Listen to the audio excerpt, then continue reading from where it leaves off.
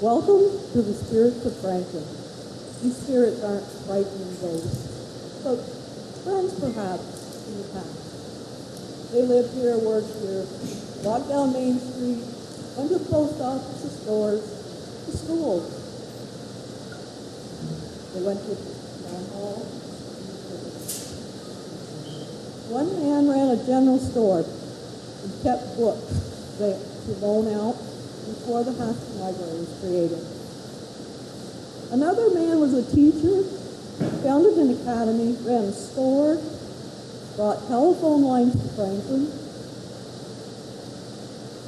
fixed roads, and went on to be governor of Vermont. And there's a woman who watched the lake become a special summer place for campers. And another woman who drove to East Highgate to meet the train with her horse and buggy, picked up the mail, and drove back to Franklin after dark. And that's not all. You're going to meet the man who painted the man who brought electricity to Franklin, a French-Canadian farmer who was a selectman and a town representative, and a switchboard operator who served this town for generations. We get a glimpse of life before paved roads, mail truck, MDU, Walmart, before electricity, telephone. We'll go back. You'll meet that French-Canadian farmer who served in town government in what had once been a WASP town. Again, welcome to an evening of looking back.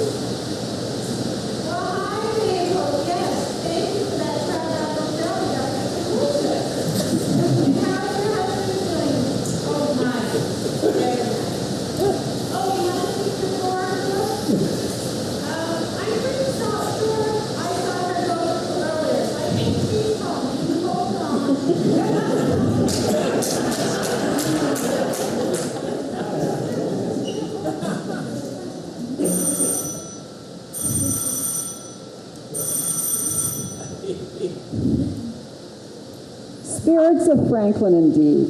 You probably have never heard of me, but Franklin is my hometown, and I have lived here most of my life. I am Flora Crook.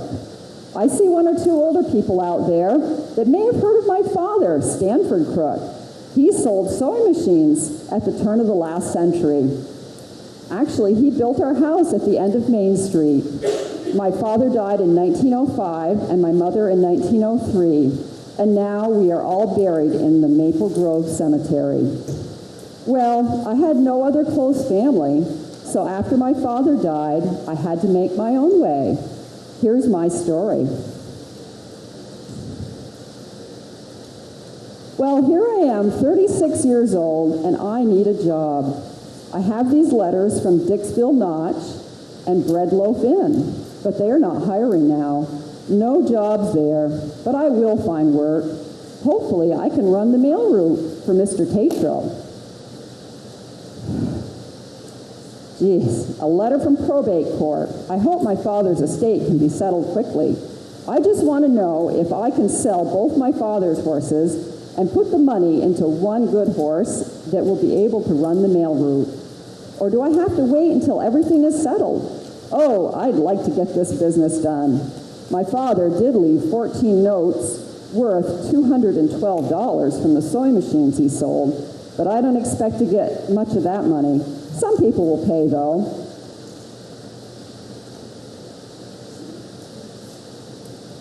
Do I see a car going by? Oh my gosh, that's Charlie Toof in his Oldsmobile. I'm glad that my horse and I aren't out on the roads.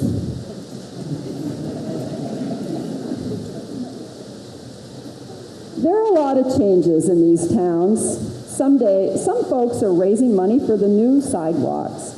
Imagine that, sidewalks in Franklin. It would be nice. Can you believe that we have a new library and a new school? And they cut the old school right in half and moved them both. One part is now a house just down the street. I was sorry to see them move that old school building. I went to school there when it was Center School, District Number 1. I love to practice handwriting with an ink pen, cursive writing. I was pretty good at it, but there were those that were better than I was. I would guess that there are many wonderful cursive writers now in town with these nice new ballpoint pens. No more ink spills. Oh, I have a letter from Cousin Charles in St. Albans. I wonder what he's up to. He dated his letter January 23rd, 1912. So he's a salesman for a clothing company, and I've been getting letters from him lately. He says his mother's not doing well this winter, and he invited me to go down for a visit. If I do go down, he thinks that I should take the hack. It would cost 25 cents, but he said he would pay it. And then in May, I had another letter from Cousin Charles. He said his mother is coming on the 2:20 train to North Sheldon next Tuesday and will have 2 suitcases. She wants to see Dr. Heflin. She doesn't want to bother with those St. Albans doctors. We are lucky to have him. Well, I did finally buy a decent horse, and now Prince and I run Mr. Tatro's night stage. The mail's supposed to be in Franklin at 10, but the St. J&LC was so late getting to East Highgate Station last night that I didn't get home until after dark. It's a good thing I have that shotgun under my buggy seat. And you know, I saw Martha Hanna in the window reading last night when I went by. That girl is full of life. She's going to make her mark on the world one of these days, and she sure can drive a horse. Oh, another letter from Charles. He wrote that his goods from the French farm came in all right. Just one tumbler broken, and the rat trap came in good shape. He's always writing about the roads. He supposes the roads are just horrid in Franklin. But he is kind of right about the roads, though. They are bad. But after all, it is March, and it is Franklin. I was just thinking about all the changes in Franklin again. How could I have forgotten to tell you about the one big day back in 1910, September 9th, 1910, the same year as the new school was built. You wouldn't have known Main Street. The buildings were covered with buntings and flags hung just about everywhere. One side of the street was lined with war veterans, from the hotel, all the way to the monument. That was the day the town dedicated the Civil War monument. The West Berkshire Band played, and there was a long program. Some people really do like to talk. It was something to see, though. I've never seen so many people. I do think the monument looks nice there. And on April 10th, 1913, Cousin Charles wrote again to tell me that he's working with Mr. Dana to sell Grandpa's farm. I guess I should tell you what Mr. Dana and Charles are up to. Mr. Dana is the New Haven town clerk, and I think the two of them are ready to give Grandpa and Grandma French's farm away. You see, my grandparents had a nice little farm down in New Haven, Vermont. I love to go there and visit them, but they have passed on now, and their estate goes to Charles and I and some other cousins. I can understand why Mr. Dana is wanting to sell their farm cheap, but I can't understand why Charles is so anxious. And then on April 15th, he wrote again, saying that he wants to have an auction down there as soon as possible. He knows I'd rather try for a private sale, but he and Mr. Dana are gung-ho to sell the place at auction. My goodness, it's already mid-April, and they want to do it in May. They hardly have any time to advertise, but Charles does say that I may have my own way about it. Mr. Dana wrote that the commissioners went up to the French place and appraised that farm at $1,500. Looks like Mr. Dana is going to have the last word on the sale. The auction will be May 2nd at 2 p.m. Well, there it goes. They're going to get rid of Grandpa French's farm. The last word from Charles. Dear cousin, I came from New Haven Sunday. The farm sold for $1,400 to a Mr. Sherman of New Haven. Best hay, $10 a ton. Wild hay, $3 a ton. Coal, $5. Cultivator, 25 cents. Ladder, $1. Phosphate, $1.15 a bag. Buggy, 15 cents. Chain, 45 cents. I did not bid on the farm at all. Charles. Well, that's that. I still needed a job. The East Highgate mail route was discontinued, and there weren't many jobs for single women in Franklin. Ruth, too, sure was lucky to get that job at the switchboard. I keep getting letters from Marion Rockwell. I have worked for her before, and she wants me to go back to North Andover, Massachusetts, and take care of her children for the winter.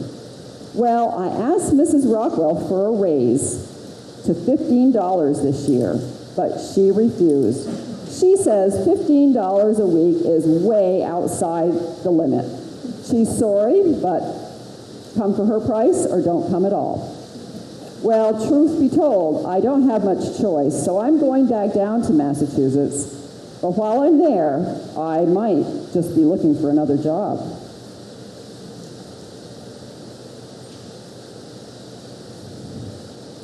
Oh, a letter from Franklin. The children are all in bed now, so I have time to read it. Nothing matches news from home. It is especially nice to have a letter from my next-door neighbor, Lena Favreau. The letter is dated January 9th, 1919. Oh, the poor thing. She fell and broke her arm sweeping the snow off the steps. But that isn't the worst of it. Can you imagine? There are more than 60 cases of flu in Franklin. Archie Pelkey died. Claire Wright is near dead, as are the Flinton boys. They got Dr. Johnson to come and help out. And she said the Charlie Richard family is pretty low, too. The list is too long to name everyone. My goodness, that flu is dreadful. I hoped it wouldn't hit Franklin. So many people everywhere have died that the papers are calling it an epidemic. I'm so sorry to hear that Lena broke her arm, but I'm thankful that she didn't get that awful flu. Another letter from cousin Mary Barnum. Now I can catch up with Mary and her family. She always writes such newsy letters. Her letter is dated January 24th, 1924. My dear Flora girlie, George came Monday to help Walter in the swamp, but it was so cold and blustery that they couldn't work outside, so he went home. Yesterday he phoned that he was coming again this morning. Ruth has just finished frying donuts and has 2 dinners to put up for the men. She's making herself a black velvet dress, cheap velvet. I wonder how I will look with my dress. It's loose like a nightdress. Frank killed his cow, and he sold 3/4 of it and bought a dressed hog. It weighed almost 400 pounds. So Millie has been busy taking care of it all. Sausages, mincemeat, head cheese, and lard are all now done. I'm about the same as always, so lazy for a while in the mornings, but keep going. So thankful I am as well as I am. But my, I'm so tired. Goodbye, and write as often as you can. Lovingly, Cousin Mary Barnum. I do miss visiting with Mary. Well, I better write to the Favreaus, or they'll think that I've forgotten about them and Franklin. Dear Mrs. Favreau, I learned by the paper that Franklin has a new doctor. I suppose they will begin to make new sugar up that way before too long. Must be you are looking forward to the time when the roads will be good so you can enjoy your automobile. I saw by the paper that they put Will Patton in as moderator and Mr. Powell is town clerk. Oh, by the way, I told Mr. Webster before he died that he might take up some of that Russian lilac on my lawn. So if any of his boys should take up some, you will know it is okay. I like the little folks I take care of just as well as ever. They give me the nicest hugs every day. Flora Crook. Well, later on, I did get a better paying job, taking care of an older woman. But eventually, I stayed in my home in Franklin. My eyesight was poor, but I made my daily walk to the post office and the store. People here were good to me. Oh, I'm sure you've heard of Dickie Toof. The Toofs live just down the street from my house. Well, one day, I overheard Marion scolding Dickie for leaving his toys on the sidewalk when I was coming down the street. Say, thinking of Dickie Toof, did you ever hear him play that trumpet? That little boy practiced that thing every day.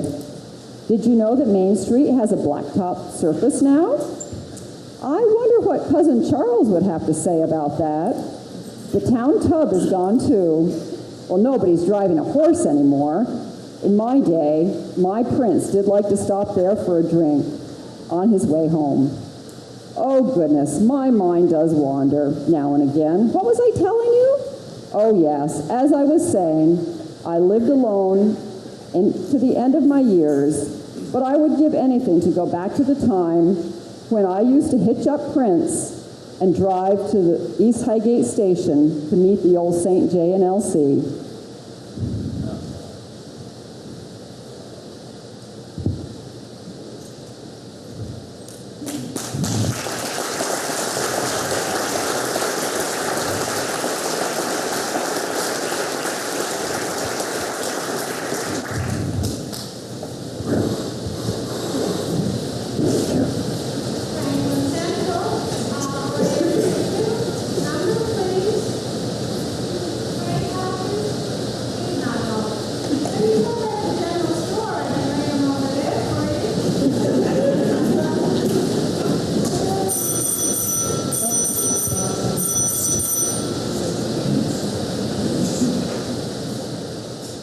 Good evening.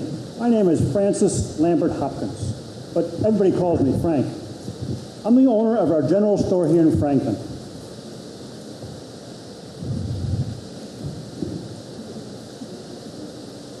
I find that Christmas is my favorite time of year. My wife and 5 lovely daughters help me to see to it that we have gifts for all ages and all price ranges, so that everyone can have a Merry Christmas.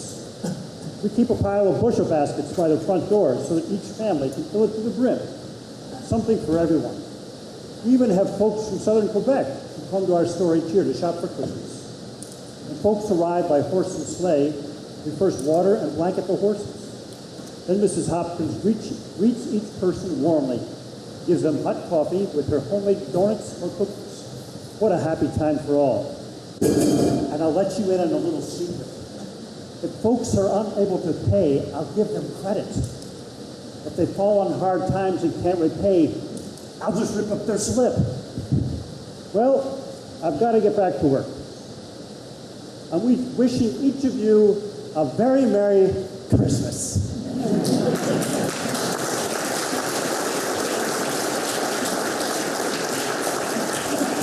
And I'll see you at the store.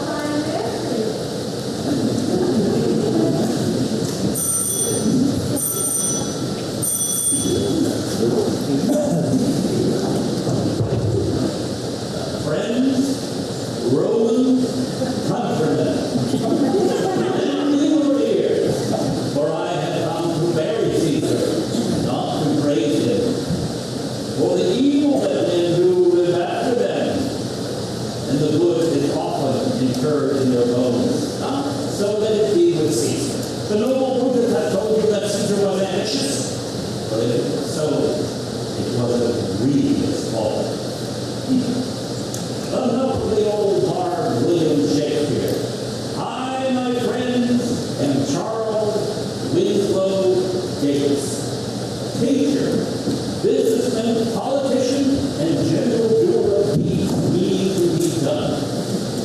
What a treat it is to be back in dear old Franklin. Oh, I often visit check on my old 71 years and keep appraised of the doings and dreams of my many, many descendants. You notice how I opened with Shakespeare. And that quote was there for a reason. Because when I was but a boy, I saved my money so that I could send for a copy of Shakespeare's books at the New York Book Exchange. That was back in my days at the St. John's Academy. Oh, yes, long before our fair town received a gift of knowledge that is our Aston Library. You know, that was a gift from Elvira Aston. She gave the town $16,000 and put it in my care to build that library. Lovely little building, I think. Oh, many years ago, back in 1879, well, I was still just the young son of Leona Rebecca Gates and Harrison Gates. I've spent many a cheerful boyhood day on the old tall Gates homestead. But mostly, I remember my schooling. Dear mother was determined that I should make myself into something useful. Thus, I faithfully tumbled off to the little red schoolhouse in the village and began to learn my 3 R's. Now, back in those days, there was only one teacher in a room full of pupils widely varied in age and level. It is important to note that the sick days, were not a luxury of the instructor to be enjoyed. As fate would have it, an illness united me with my true life passion. Oh, not illness for me, but instead for my teacher. Yes, when my teacher took ill one term, I was called upon to teach my fellow students. Me, 17-year-old boy with a head full of fluff and big ideas. But it was a job that needed doing, so I took up the task. It was a bit daunting to be up at the front of the room with the eyes and ears of my friends and schoolmates all trained in my direction. But rather than retreat, I straightened my back. I set my hearers into their recitations of the day. Though it was not an easy task, I knew that it was an important one. In a letter from my mother, she wrote me, I think we shall all see a time when we look upon our school days as the happiest of our lives. They are the ones that have the most interest in forming our character and fixed to the lot of our future. Thank you, Mother. With all those grand thoughts in mind, I set about trying to save my peers from lifetimes of drudgery. In fact, I managed this so well that my eldest and better saw fit to engage me as a teacher in the school district of Franklin when I was but 18 years of age. 11 terms I taught thereafter. Well, terms in those days were divided up by fall, winter, and spring into 3 school sessions, arranged to entice wayward academics back to the classroom from the farm, fields, and forests. So, it was a fruitful and satisfying workout. So I set off to visit the metropolis of St. John's to attend their academy and perfect myself. Oh, those were glorious days, full of study and recitation, to be sure, but nonetheless happy days. As I neared the end of my time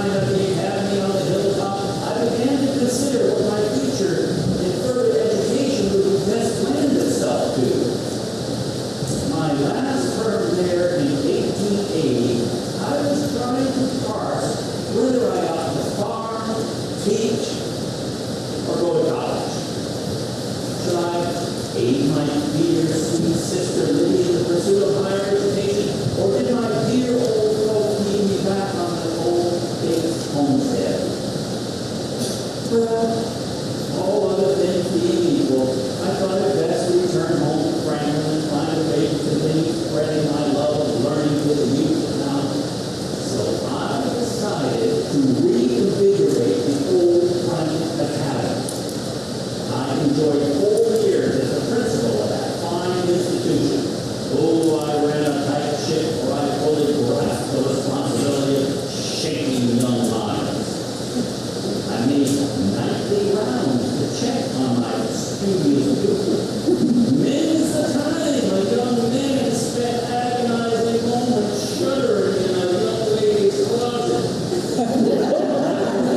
Sweetheart, the rigors of chivalry that the young men and women, aside my 4 short years as principal of Franklin Academy, were the happiest of my life.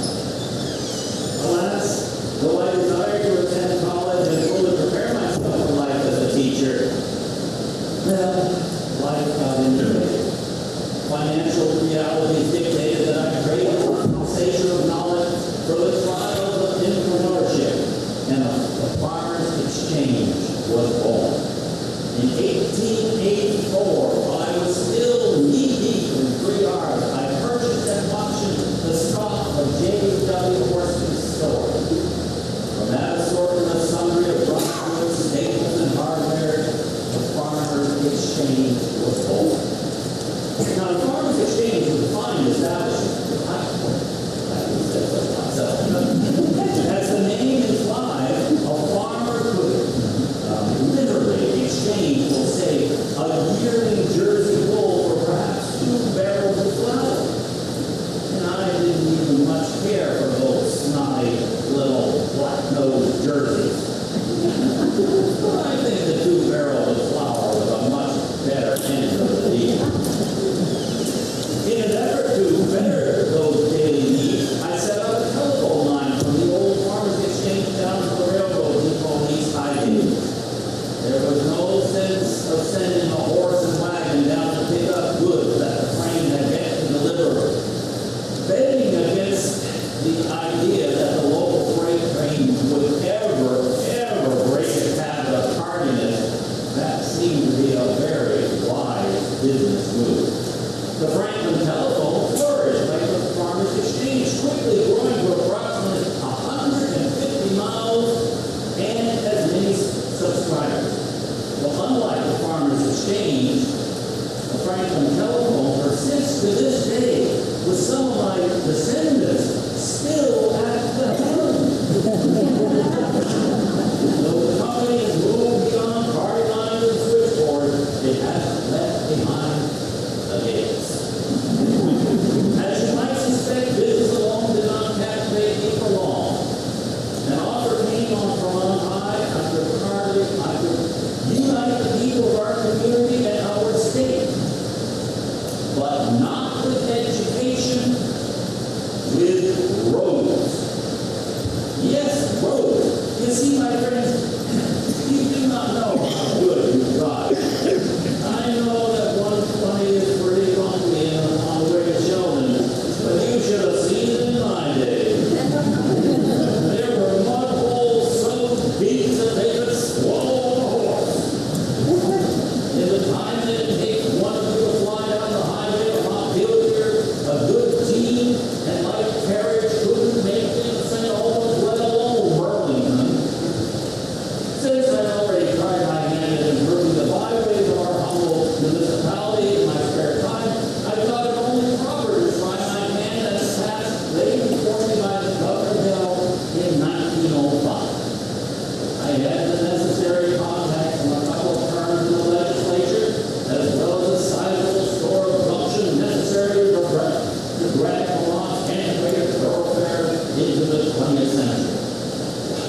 I did so well with so much inter-town cooperation and so little cost to the taxpayer that it earned me a term as governor. Yes, from 1915 to 1916, I transacted the business of our fair state. By the time I retired from the executive office, I was ready to whip the federal government into shape. But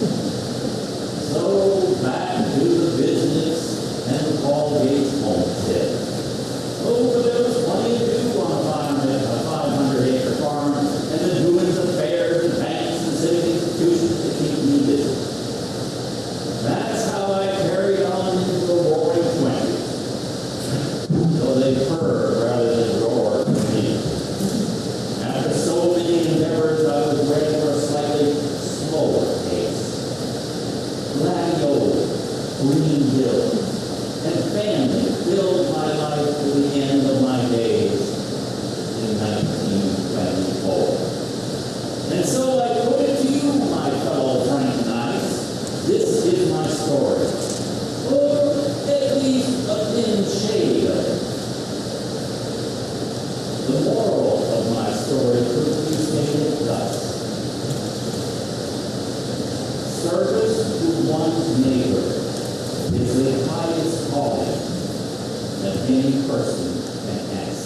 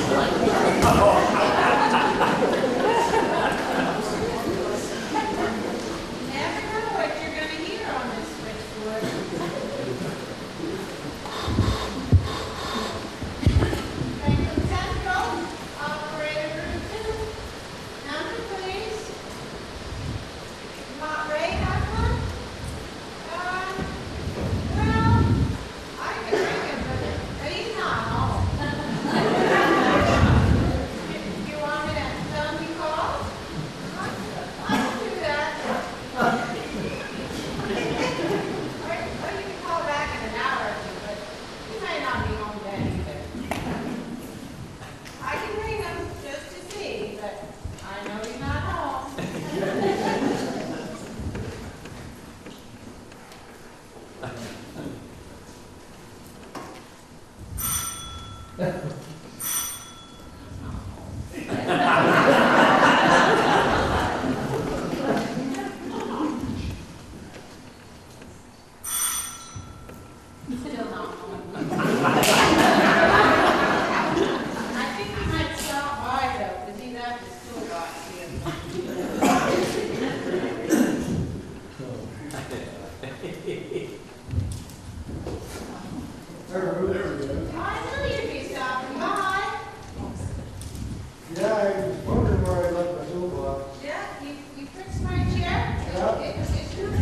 Okay, looks like it's still a little loose there. I haven't fallen out today. All right.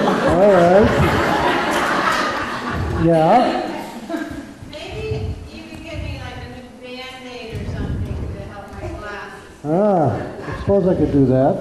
This is for today. All right. It'll work. Yeah. Evening, folks. I'm Ray Heflin, but my friends and most other people who know me call me Bubby. I was third son born to Dr. Jesse and Almeida back in '81. They lived out on the old Heflin farm, which later became came to be known as the Guy Westcott place. My dad was a local farmer, but he was persuaded by Doc Powers to go down to university in Burlington and study medicine. So he did that, and he moved back to Franklin and became one of 3 doctors caring for folks in this area. Dad used to kid with me and say, if I didn't have patience, I'd never be a doctor. Well, I guess that explains what happened to me. My mom, she was a wonderful lady and beautifully artistic talent. Some people say that's where I get my artistic abilities, from her side of the family, the Wrights. But I'm getting ahead of myself. Back in '09, the women of the Ladies Village Improvement Society started raising money to replace the sloppy, muddy sidewalks with something better. So they held suppers, card parties, ice cream socials, and home talent plays. That's where I fit in. I've always had a bit of an interest in the dramatic, So we got together and put on some plays. I helped Clyde Soule with the directing, and I even did a little acting in some of them. They were real popular, and we raised enough money to finish the sidewalk project. May Gates used to teach the one-act plays for many years in the school, and but she left directing of the three-act plays to me.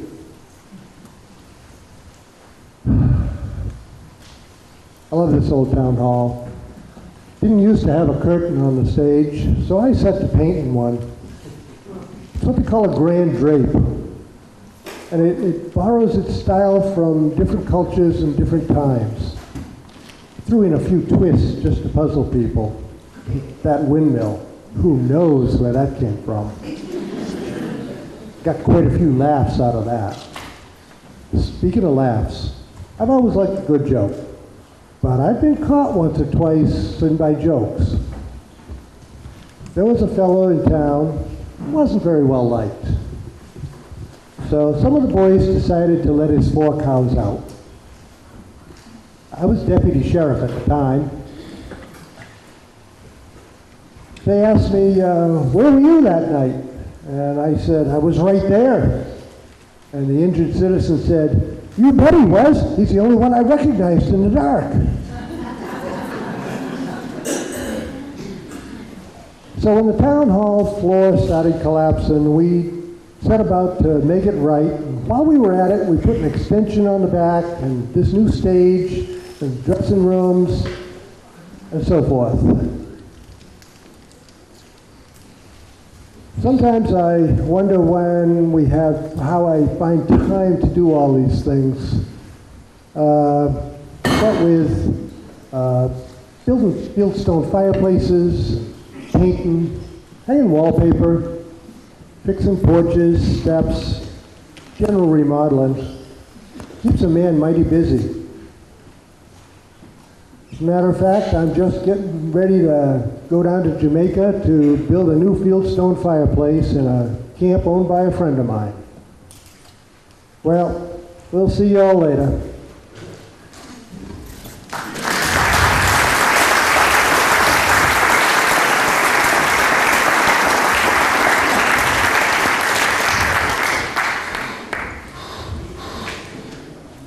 Operator Richter, number please. Paul Gates? Oh, he is so hard to find. Let's see. I think I saw him go through town, so I'll try him at home. I'm not really sure if I can find him, but you hold on.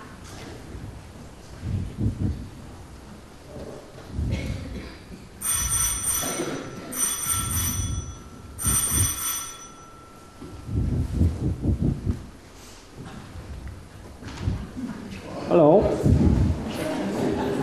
My name's Paul Hayden Gates. You may have met my father earlier, the Governor Charles Gates. You have to excuse me, my glasses don't seem to be working just right. I'll try a newer pair.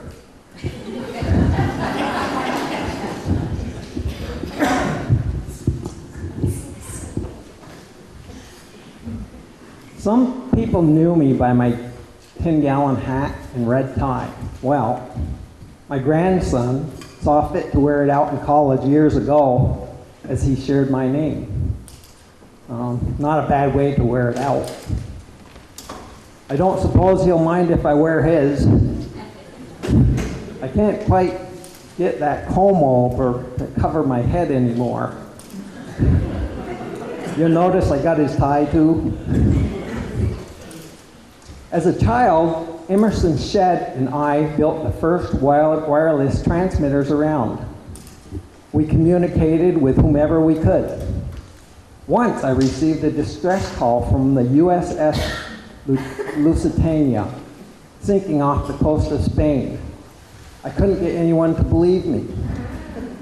My journal was rumored to be in the attic of the Gates farmhouse. At 16 years of age, I was off to college at UVM. 3 years later, contracting tuberculosis, I spent a year in Pittsburgh Sanitarium.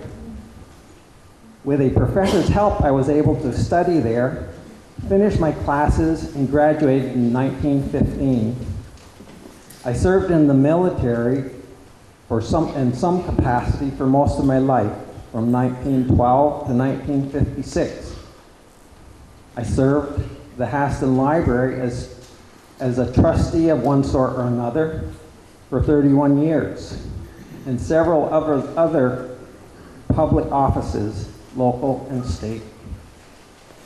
For military duties, I ended up in Fort Sill, Oklahoma, where I met my near future wife, Vera Hugh Horn.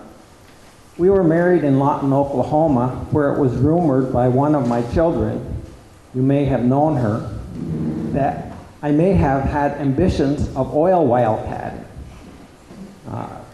However, my father was successful in drawing me home with a gift of the Franklin Telephone Company. Lucky you. In order to introduce electricity to Franklin, I organized the Franklin Electric Light Company and actually wired many of the old houses that you live in today. To expand service, I organized the Franklin Lake Electric Corporation. We served total from East Highgate into Canada. When being called Franklin's utility tycoon once, I replied, yes, I exercised my tycoon prerogative this morning by climbing 2 poles and fixing some lines. I love having children ride along while working the lines, just to experience the joy of encouraging their inquisitive minds. In 1956, upon retirement as road commissioner of Vermont, when asked what I would do with all my free time, I replied, work on my telephone and electric light companies and do as little farming as possible.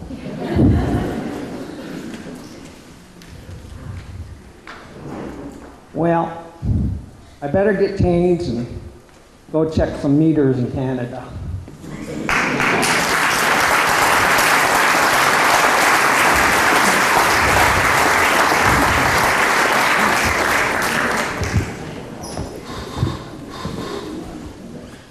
Operator 2, number please. Grampy Club or Grampy Ringo? Well, I'm pretty sure I saw your Grampy Ringo, Wilfred, driving through town about an hour and a half ago. Right down the road. The old red horse is lying by now. Let me ring him for you.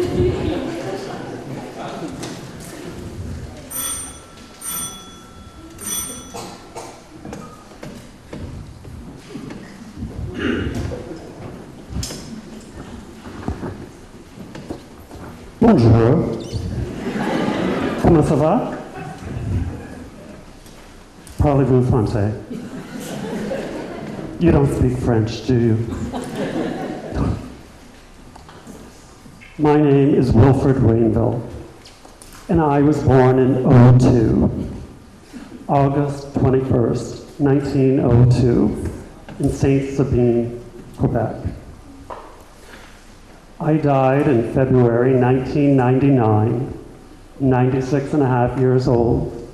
I lived a full life, did a lot of things, and I have a lot of stories. I hope you enjoyed the refreshments and intermission and you're comfortable now.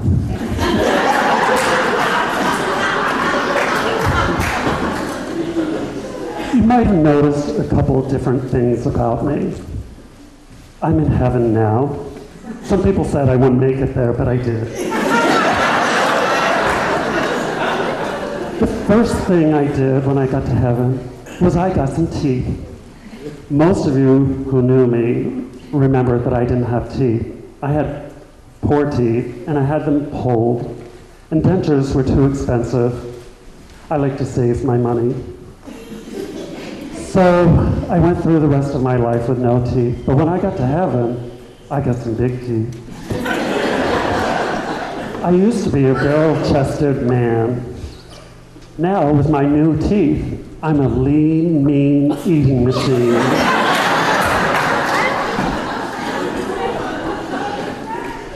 Also, I grew a little bit when I was in heaven.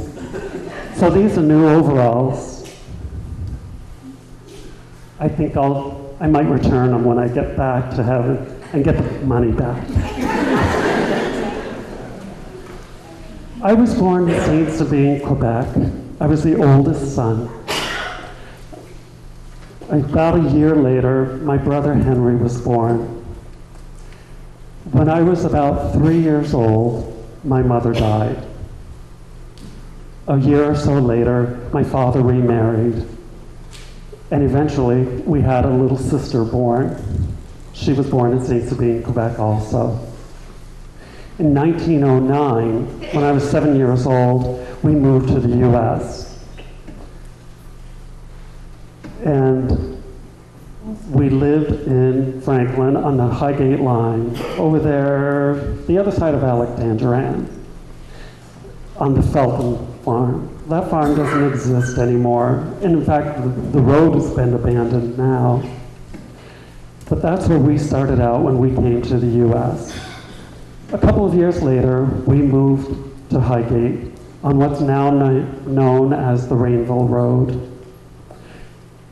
That was the family farm, and even this day is owned by one of my nephews, Lawrence Rainville. That's where I grew up, right there in Highgate.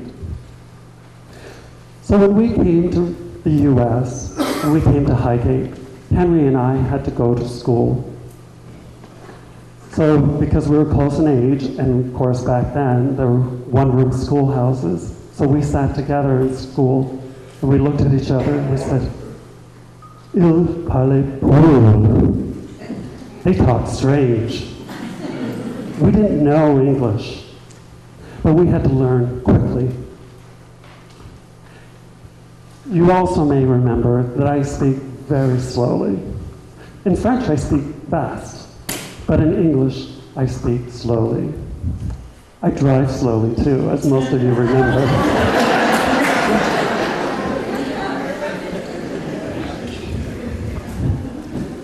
So we grew up in Highgate. My father had a hay press, and Henry and I learned how to use the hay press. And so my father was hired out by a lot of the farmers to work. Some days, some weeks, we worked 6 days a week, only having Sunday off. That didn't leave much time for school. So by the 5th grade, I quit school, and I stayed at home and worked.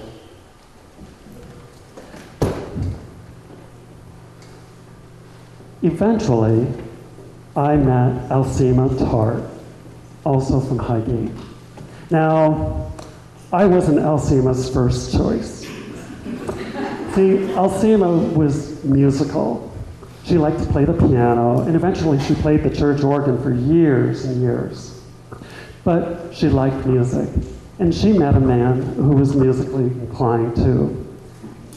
But Alcima's father liked me better.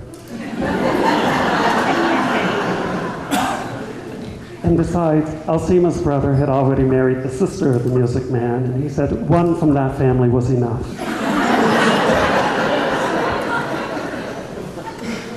Now, since I talk slow, Alcima is too long for me, so I always called her Cima.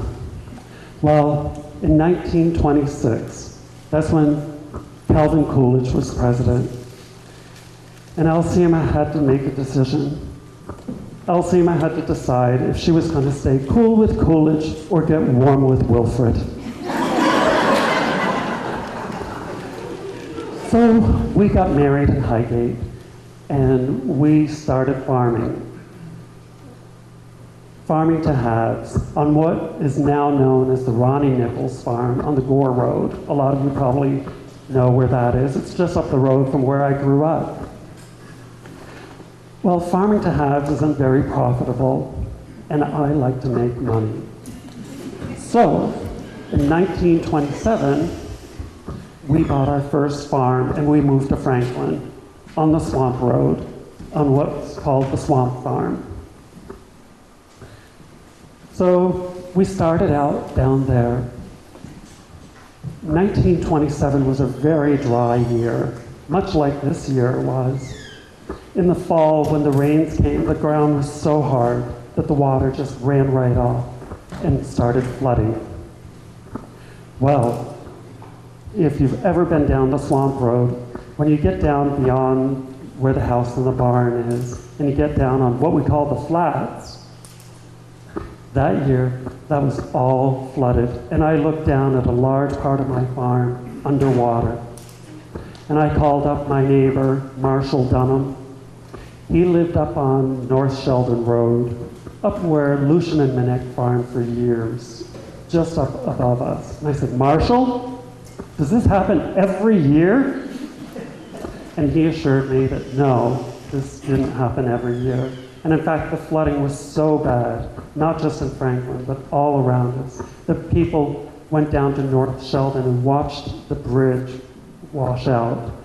They saw buildings floating by on the river and livestock. It was terrible. Now, in 96 and a half years, we see a lot. Not only did I see floods, we lived through the Depression.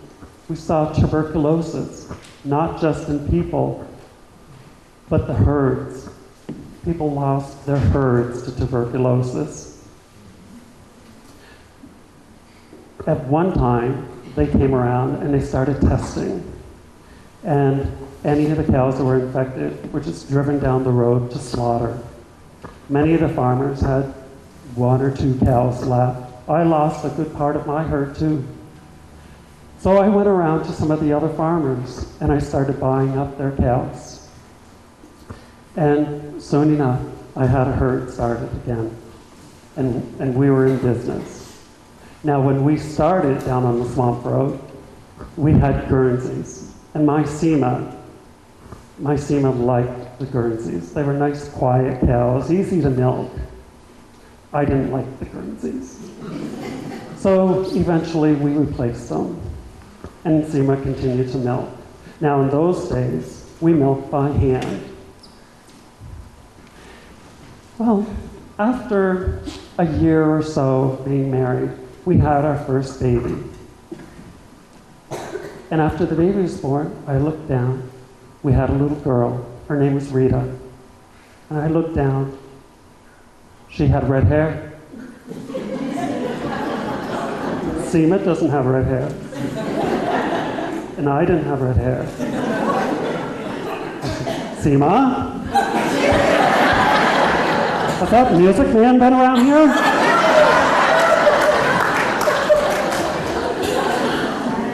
See, I was only 3 years old when my mother died, so all I knew were the pictures. And at that time, the pictures were all black and white. And someone in my family who knew my mother said, your mother had red hair. Of course, in the pictures, my mother had dark hair. I didn't know. 2 years later, we had another baby, and I looked down. It was our first son. We named him Andrew. Another redhead.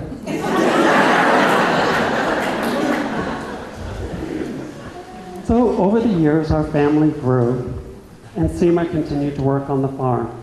In fact, one day, Marjorie Peckham Smith, some of you might remember her. She was a teacher here in Franklin for many years. She lived up on the North Sheldon Road. Jenny's farm is there now, but that's where Marjorie grew up. So she wasn't too far from my farm. She had some business that she wanted to talk to me about. Now, I was often out doing important business. I ran auctions and I worked out at other farms and things, so I wasn't always home in short time. So Marjorie showed up and went to the barn. And there she found Seema, sitting on a milk stool, big as a barrel, expecting another baby, and no Wilfred.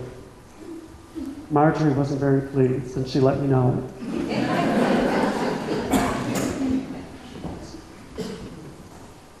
When our 5th child was born, Seema settled in. At that time, most babies were born at home. No one went to the hospital unless it was an emergency. So our children were born at home. And when our 5th child was born, he was a big baby. The doctor was called, and the doctor was worried. There were complications, and I was scared. The doctor loaded Seema up and took her to the hospital. But Seema was strong, and she pulled through, and she had a healthy baby boy. We named him Richard. 2 years later, Seema had another baby, right at home, just as natural as if she'd never gone to the hospital for any of them. So we had 4 sons and 2 daughters, 3 redheads and 3 dark-haired. Eventually, we moved to Morse's Line. 1946, we bought the farm over on Morse's Line, right next to the customs office. You probably know where that is. And I lived there for the rest of my days. Now, living on the line was a lot different than living down on Swamp Road. You see a lot of action. I enjoyed going over and spending time with the customs officers. I like to play cards. I like to play checkers. And the customs officers liked my company, or so they seemed to. There was one gentleman there. At that time, the customs officers lived at the customs building. In fact, at one time, there were 2 families that lived there. And now, we only have 2 people who work there at a time. But at that time, they lived there. And there was a nice gentleman by the name of Stanley Green. And he had 3 daughters there at that time. One of them was always smiling every time I came around. Her name was Pam Green. And she lives here in Franklin now. So I enjoyed the time on the line. Now, some people talk about, especially during Depression, people found lots of ways to make money. And living on the line, some people did some smuggling. Of course, I didn't. But there were people who did. And there were lots of things that came over the line. Because remember, we had shortages of many things. We had shortages of sugar, gasoline, just about anything during the wartime. It was amazing what people could bring across the line at that time. So I became involved in politics. I like politics. I became involved in town government. I was selectman for many years. I enjoyed that. I like driving around real slow and seeing what's going on. So I drive in the middle so that if somebody happens to come along, they have the choice. I'll try it again.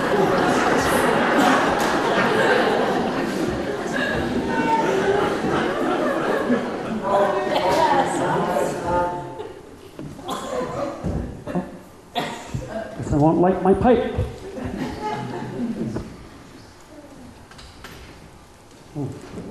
So I became involved in town politics, and I was selectman for many years, and I enjoyed it a lot.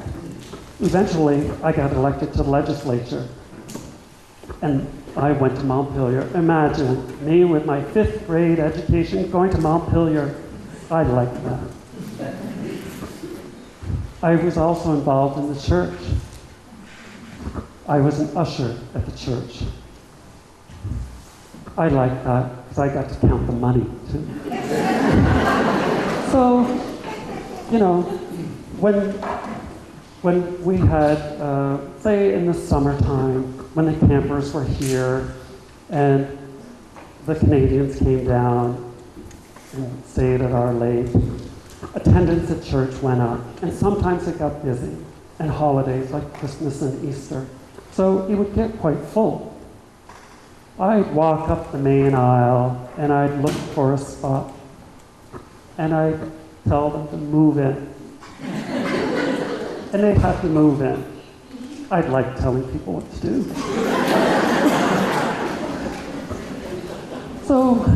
I did the collections with my son, John Clement. We'd go around, walk around the entire church with our collection basket. Some weeks, at least once a month, there were 2 collections. So we had to do 2 laps around that church. I also rang the church bells before church, calling people to Mass. So I climbed the choir steps. My Seema would often be up there playing the organ until she retired.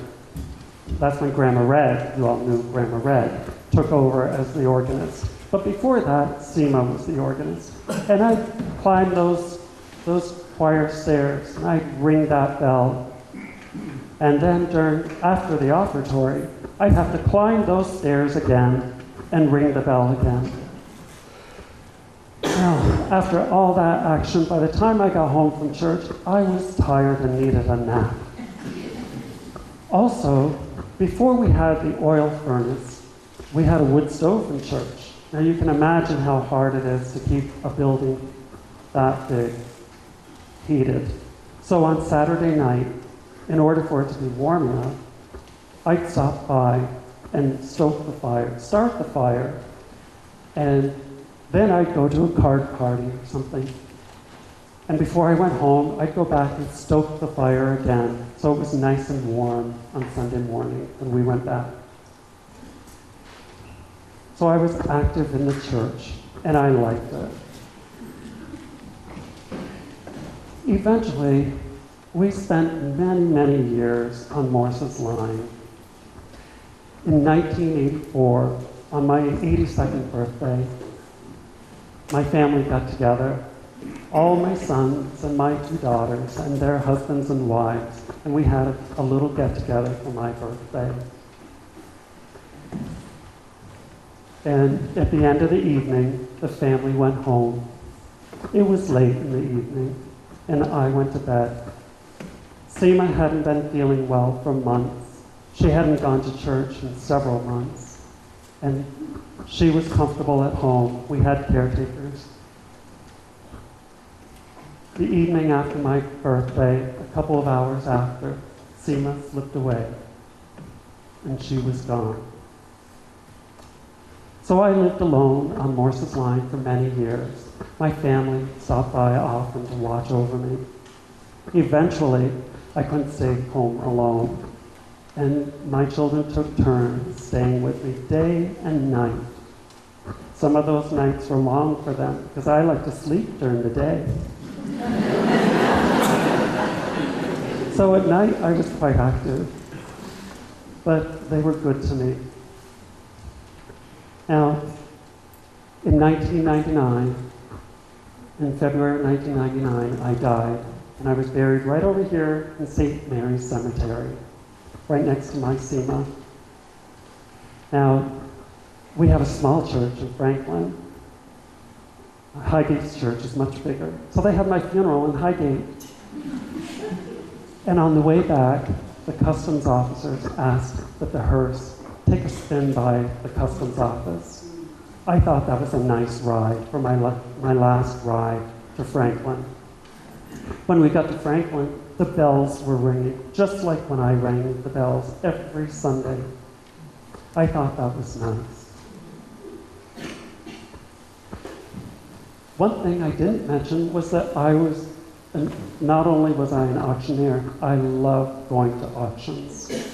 Now, many of you probably remember that if I was at an auction, I sometimes carried a little extra money on me. They say you can't take it with you, but I did.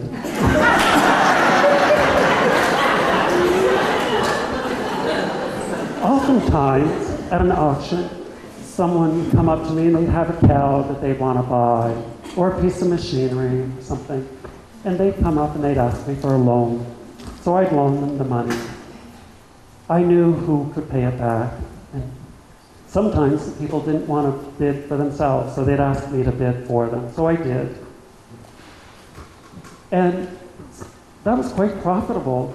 I loaned a lot of money, not only for people to buy cows and machinery, often for their homes, especially if it was their first home and they might not be able to get a loan somewhere else. So they came to me. I found that the people who don't have a lot of money and work hard, they will always pay you back. So I loaned to a lot of people. Some of you may remember, or maybe even your parents have loaned from me. I enjoyed that. And over the years, I acquired several farms, and I love lending and farming and overseeing things. But like I said, I enjoyed auctions, so I think I'm going to head out and see what's at an auction and see if I can buy something nice.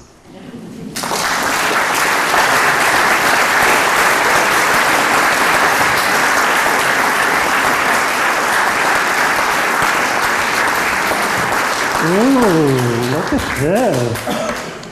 I think Seema's going to like this.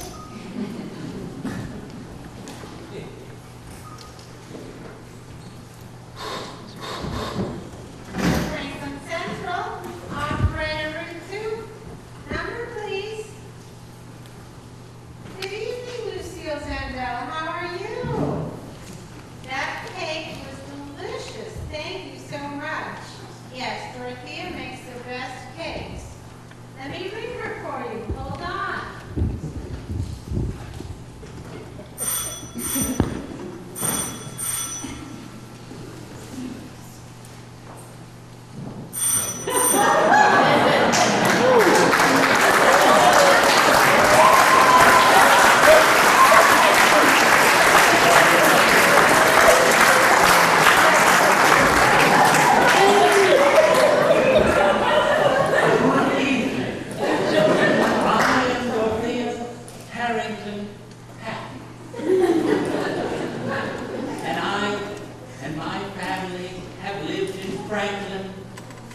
For over 120 years. Oh, so many wonderful stories I have. I'll tell you one right now involving this young lady over here. She had a retirement party. Oh, everybody turned out. Everybody. It was in the old Grange Hall. It's a new Grange Hall now. Well, it's a new building now.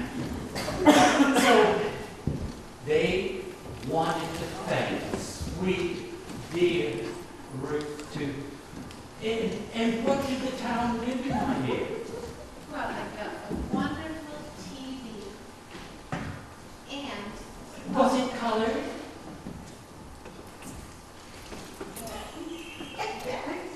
Oh, nothing. What else? he got me a new chair.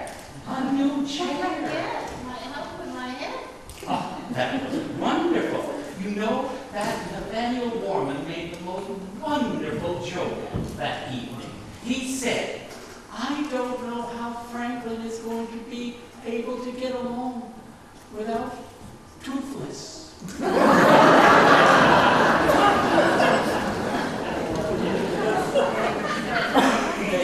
get all sorts of skits for it. Yes, it was just I was wonderful. so wonderful. Oh. Anyway, back to Dorothea's story. I was a teacher. I had cheat sheets. It helps. Especially since you've been dead.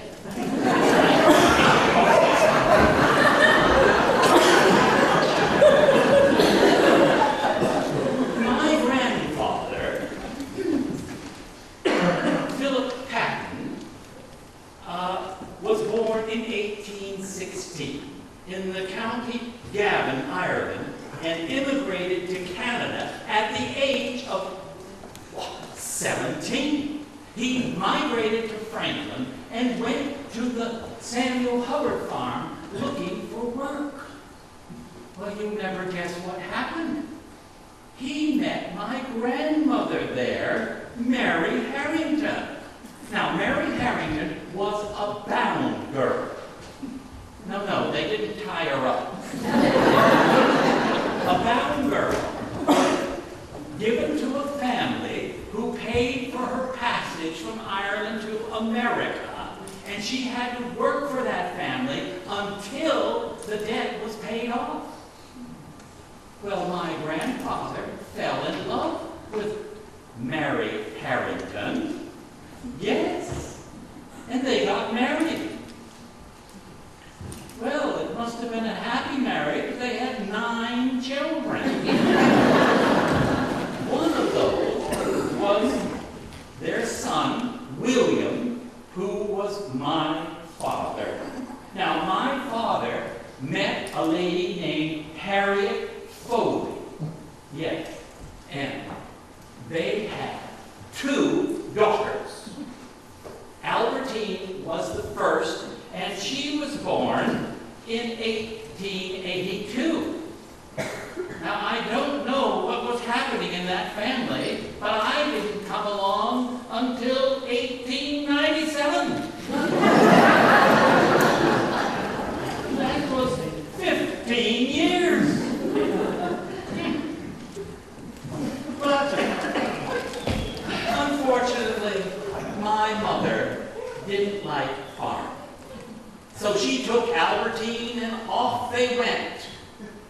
I was raised by my father and his sister Mary Ann, who people will remember was called Aunt Min. Oh, I had a very happy childhood. Yes, I did. I had lessons in music, acting, and something they don't do today particularly well, good manners.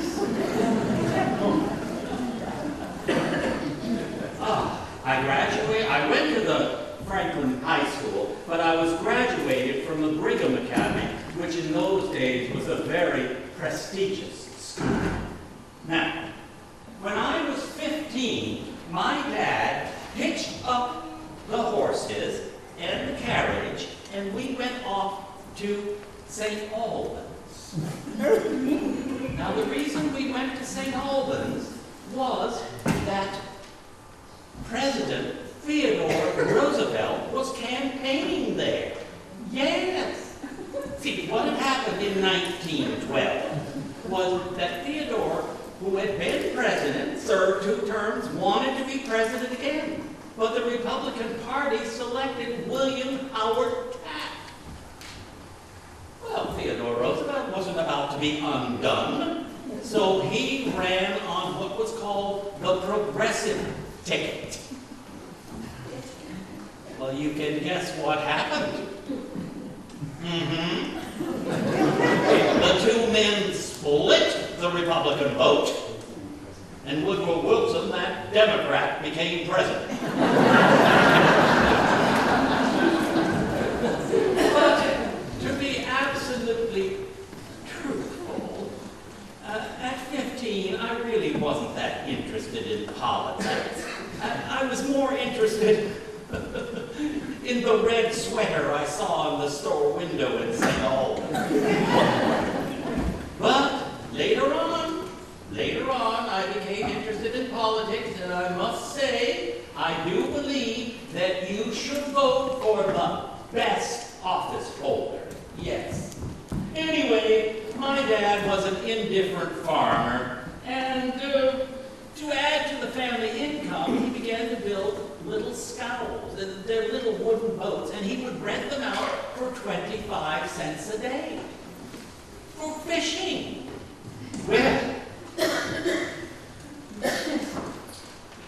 he came up with another genius plan. People loved this lake.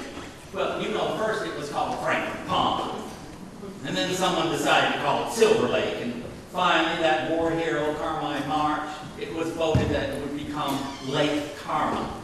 And people liked camping along Lake Carmine. So my father decided what he would do, because our farm, we owned a mile down on the Patton Shore and another on the North Shore all the way to the creek. He decided to lease the land to people who wanted to build cottages there for summer encampment. Yes. nice little idea. He rented the land for 99 years at $15 a year. Which was pretty good in the old days, but Lord only knows. Well, in 1980, it wasn't an awful lot of money. So, we did thrive on that business. Now, Dad died in 1932 at the age of 80, and I tried to keep the farm going, but, well, I was spending more money on the hired men than I was taking in for myself. So I finally sold the cows. Well, Father had already sold the horses long before he died. And I decided to finish my education and become a teacher. Yes, well, I taught at rural schools in Franklin, Montgomery, and South Richford. Now, in those days, we teachers would board with a local family. And in South Richford, I boarded with the Davises. Now, they had a lovely little girl named Gloria Davis, and she was in my 8th grade class. Well, she was such a bright, smart young lady.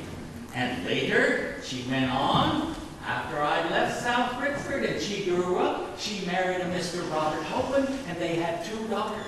Well, you never guess what happened to Gloria. Gloria now resides in the homestead right here in Franklin. My goodness, isn't the world small? Yes.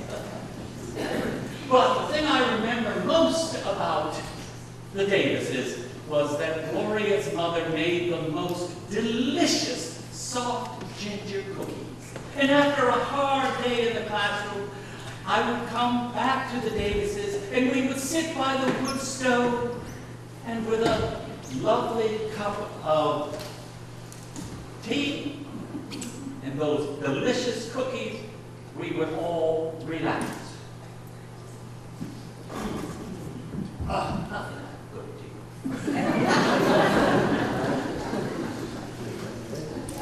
Later, I became a house mother at UVM for the girls' dormitory. And as the luck of the Irish would have it, I was hired by the Episcopal Diocese to be a teacher at Rock Point in the elementary school for girls. Wasn't that delightful? Had a wonderful time. I eventually retired and came home to enjoy my little red brick house on the Patton Hill. Oh, I did continue my friendships with all the mini campers along the Patton Shore. You know, the first paying guest came to the Patton Shore in 1899 from New York City.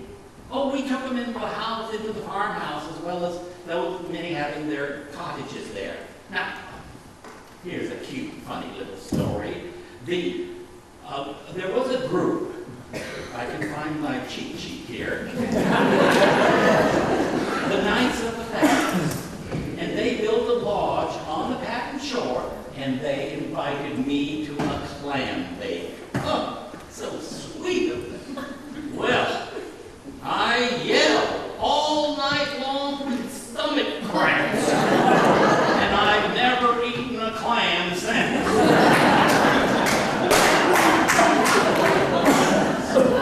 As the years went by, I stood by my old kinfolks. Yes, right up until their last days, there was Roseanne, Dr. Ab, Uncle George returned from the West. And when they passed, they were all buried in a little knoll not far from the house. You could go there and see it today. I was just up there a little while ago. I reunited with my sister Albertine, and we spent many a winter at Hunter's Lodge in Newport. But as time goes on, when I was no longer able to live by myself, my cousin Peggy Patton Munger and her husband Ted became my legal guardians. They fixed up the house and took care of me.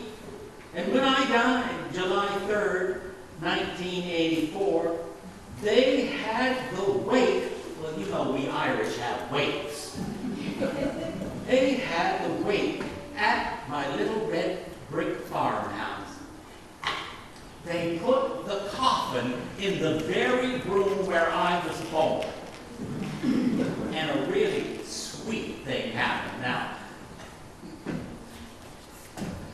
I don't tell many people this, but I did like an occasional nip of sherry. Well, I might as well be totally truthful. When the Kentucky Derby was run, I would serve my guests mint juleps. Yes, well, back to the story. Anyway, Cousin Peggy and Ted put a silver tray of glasses filled with sherry at the foot of my coffin. And their idea was that each person was supposed to have a nip. In my memory, wasn't that sweet? Then I was laid to rest in the family plot where my many, many relatives have lived, died, stayed for years. Oh, I still keep a watchful eye on my beloved Franklin. Things have changed. Oh, I see that Daisy Glidden's house has a new red roof and a young family with children. Now that's good for Franklin. Yes, and then there's that wonderful homestead and carriage house which provides accommodations for, well, older people. And I have heard that some other friends in Franklin have a cute new little shop. I think it's run by Pam Green and Dave Benyon. Yes. But sadly, I do see a for sale sign on the Dick Bright Ford. Oh, new news in Franklin. In Dick Bright's old house, we have a new librarian named Molly McGinty and her lovely children. So that's the way life goes. It just marches on like time always does. And so I'd like to take this time to close with a poem that I wrote many, many years ago. Now I hope I can find it in my purse. You know, a lady's purse is so full of stuff, you can't always find things in it. Too bad, it's here. Now, I wrote this many years ago, but I think it kind of sums up Franklin. An ancient sleigh stands in the barn. It hasn't any runners. 2 old guns stand by the hearth, but no longer any gunners. Grandfather's clock is in the room, but now it never strikes. Yet on the mantelpiece above are 3 old friendly pipes. The spinning wheel has gone upstairs.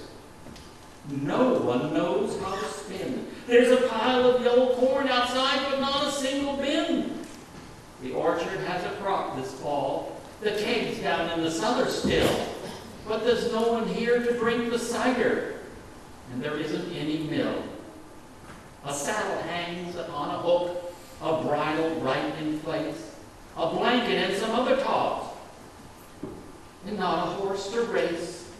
Yet I think I'll build a fire and I'll put the kettle on. Maybe I'll plan an old-time tune or sing an old-time song. I think I'll make an apple pie, and with this, I smell the spice, I'll take the cups and saucers down and fix the table nice.